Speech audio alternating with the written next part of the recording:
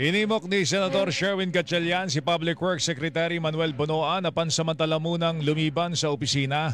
Sa gitna ito na isinasagawang investigasyon sa mga umano'y maanomalyang flood control projects. Ayon kay Gatchalian, mainam na ito'y gawin upang maipakita ni Bonoan na siya ay mapagkakatiwalaan pa rin at walang kinikilingan. Dapat siguro out of delicadeza mag-leave muna siya dahil tumatakbo na yung investigation. Kung yung presidente nga gumamit ng ibang ehensya para mag-imbestiga, ang ibig sabihin si presidente mismo hindi nagtitiwala sa DPWH para imbestigahan nga yung sarili niya.